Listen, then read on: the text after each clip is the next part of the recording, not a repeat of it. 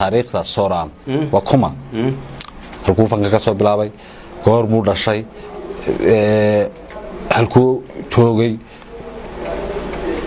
marka waa fiican tahay de horta anigu taariikh aan leeyahay oo aan meel marinayo oo aan leeyahay xilligan dhashay iyo markaa ma waxaad leedahay mise barnaamijyadan aan wadno iyo bilowgeedii halkan ka bilownay mise awal halkii aan bal taariikh nololeedkaaga in yar oo kooban naga sii warriyo taariikh nololeedka ma horta ninka mutacallinka baa lagu qaatay waayahay bal adigu waxaan anigu qayb ka ahay de anigu taariikhdayda goortaan shaqadan horta fanka bilaabay waxay ahayd 79 waxaan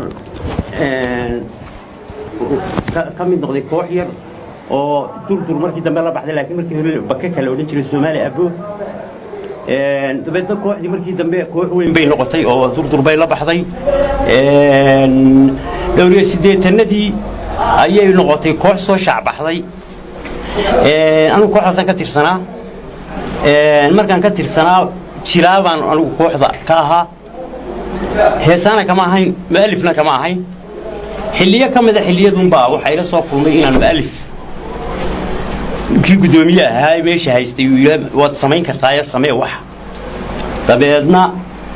waxaan sameeyey hees yaroo iska gaaban oo nin kooxda ka tirsanaayo saar koonfurka noo qaadi jiray baa ka tegay kooxdu iftiin u tegayay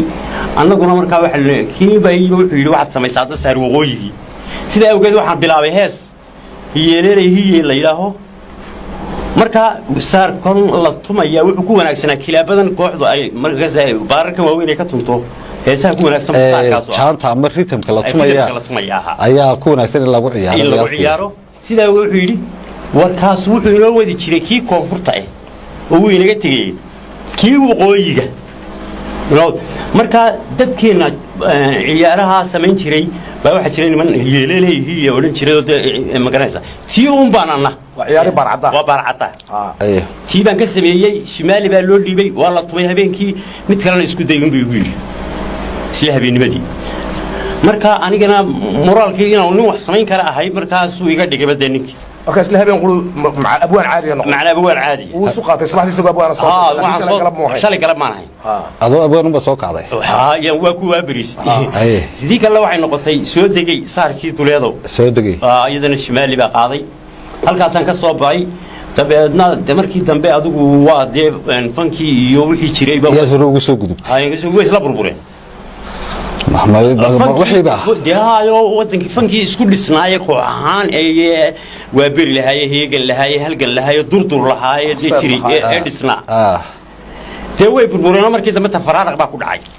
oo midba meel ayuu ka dhacay haye